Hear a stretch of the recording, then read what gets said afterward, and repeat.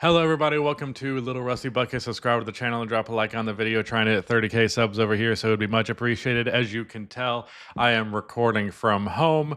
I wasn't sure that any signing would be worth me being in the office for, but there was a chance a trade went down. But technically, there's also a chance a trade goes down for the next couple of months. So decided to come home, but apparently I wasn't safe. Michael Porter Jr. was traded to the Brooklyn Nets along with a 2032 Denver Nuggets first round pick. Let me just confirm that. Yeah, 2032 first from, I presume that has to be a Nuggets pick, in exchange for Cam Johnson. I think this is first and foremost a home run trade for the Denver Nuggets because while, yes, you could argue theoretically that like Cam Johnson is essentially more or less the similar caliber of player to Michael Porter Jr. I believe that Cam is more consistent.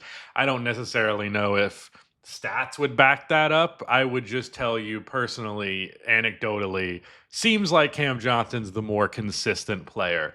MPJ oftentimes gives you goose eggs or like very, very low scoring games. And I think Michael also, though his athleticism was always declined from what it was in high school, significantly so, it's gotten even worse over the last like two or so seasons from where they were when they won the title in 2023.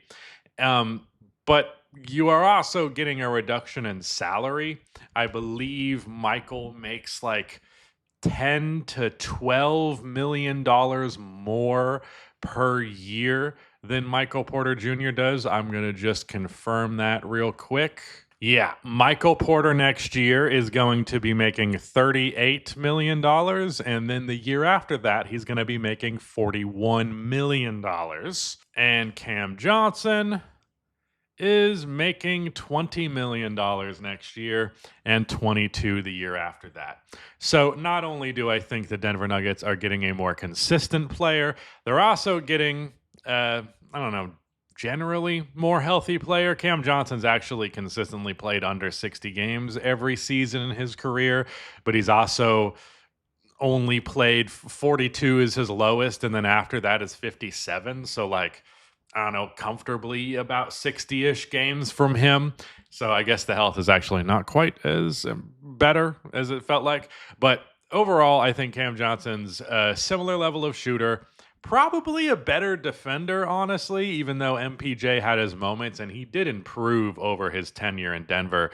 I do think Cam's probably got the edge on that end as well. So similar caliber of player.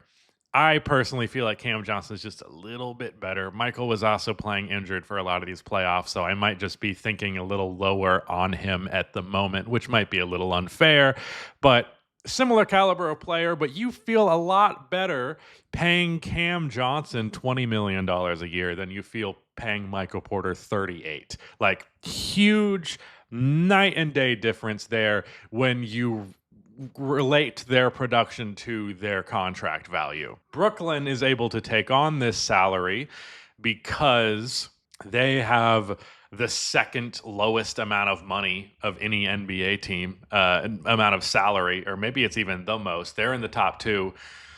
So they had the flexibility to take on this extra 18 million. Now, they did that while getting a player that is really no better than Cam Johnson.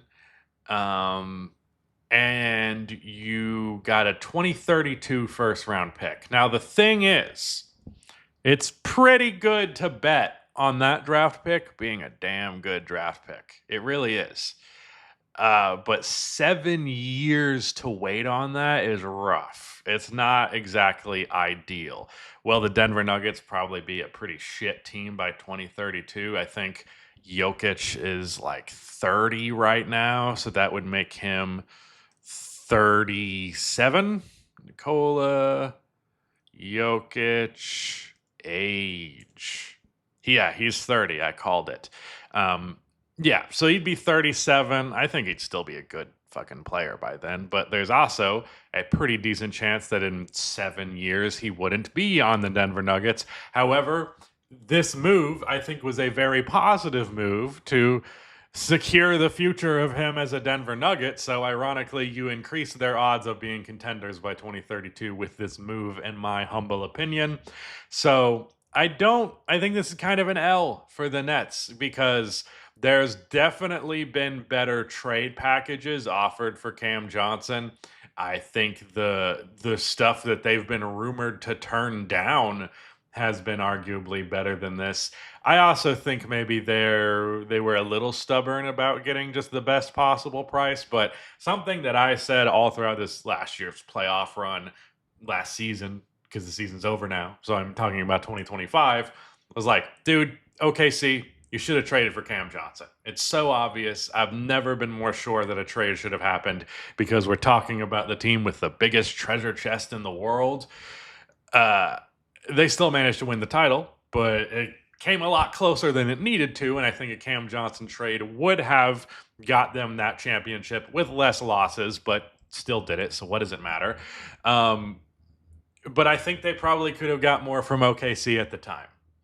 I don't know that taking back Michael's money is really all that worth it. Now, they're also obviously not approaching their future with like the idea of having some super expensive roster 2 years from now. So like there's not necessarily major consequences to that. I also believe the Nets were actually so low in their salary that they had to spend a certain amount of it by a certain amount of time, I think within a day or two. So I guess that's also aiding in that. So it does help check that box, but I don't know. I feel like you probably should have just spent that money in different ways and got a player who is not as expensive and injury prone. There is a part of me that is very interested in what Michael Porter Jr. will look like in Brooklyn because he is definitely someone who could shoot the ball more. And I always felt like the Denver Nuggets just underutilized him like just a little bit. Like I would have liked to see him used in more action more often, used more as a cutter, taking even more threes. But I also understand why they didn't want to run that much through him when you have Jokic and Jamal Murray. So it made sense. But I think it would be interesting to see what Michael Porter Jr. basically tied for the first option with like D'Angelo Russell, Cam Thomas. Who knows what this Nets roster is even going to look like going into next year? Maybe there's some other pieces who are coming. I don't know. All I know is I feel like the Nets probably could have done better than this. So I wouldn't give them any better than like a B plus. However, at the same time, I wouldn't give them any better than a B is what I meant to say. At the same time, that draft pick could be good. There's a chance that's like a top 5 pick in that year's draft. And who the fuck knows who that would be in 2032. But if you're looking at this and you're the Nets and you're saying, hey, we're probably not going to be good for 5 to 10 years, which is kind of a long outlook for a rebuild, but possibly playing that long game works out.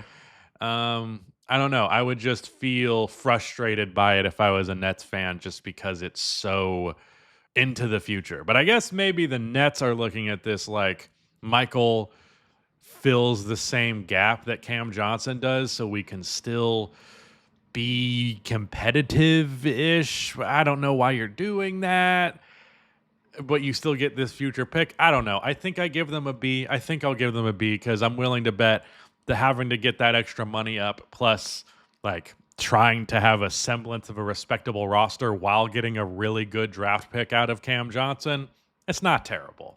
But I feel like they could have got more. And then for the Denver Nuggets, seriously, can't emphasize enough, this is a home run trade. I do not think they should feel bad at all about giving away that future first because that was worth this. I think you are going to, I believe the Nuggets are over the second apron, and this will get them under it. Let me check. Bobby Marks on Twitter posted some useful stuff to understand the salary shit because, like, my understanding of it has just been completely ruined by the second apron stuff. Yeah, the Denver Nuggets were in the second apron, I believe. This should bring them under it. So I think they just cleared themselves a bunch of money. They traded a pretty reasonable pick to do it. Yeah, this is great. This is a home run for the Nuggets. I love this trade for them. I'm very glad to see it happen. And Cam Johnson is going to feast next to Nikola Jokic. I really hope that they take what he did in Brooklyn, which was more ball handling, shot creating, cutting, all that stuff. Not necessarily at the same volume because obviously Brooklyn needed the offense more, but I really hope that Cam can still be in that like 18 point per game range on this team. I really see no reason why he couldn't be, especially because it's not like Denver is overly abundant in the different weapons for Jokic department. So yeah, I like this trade. I'm very glad to see it go down. You should be very happy with it if you're a Nuggets fan. I'm curious what Brooklyn Nets fans think. That's who I want to hear from right now. Let me know what you think about this trade if you're a Nets fan. But that is it. Thank you to me for editing this video, and goodbye.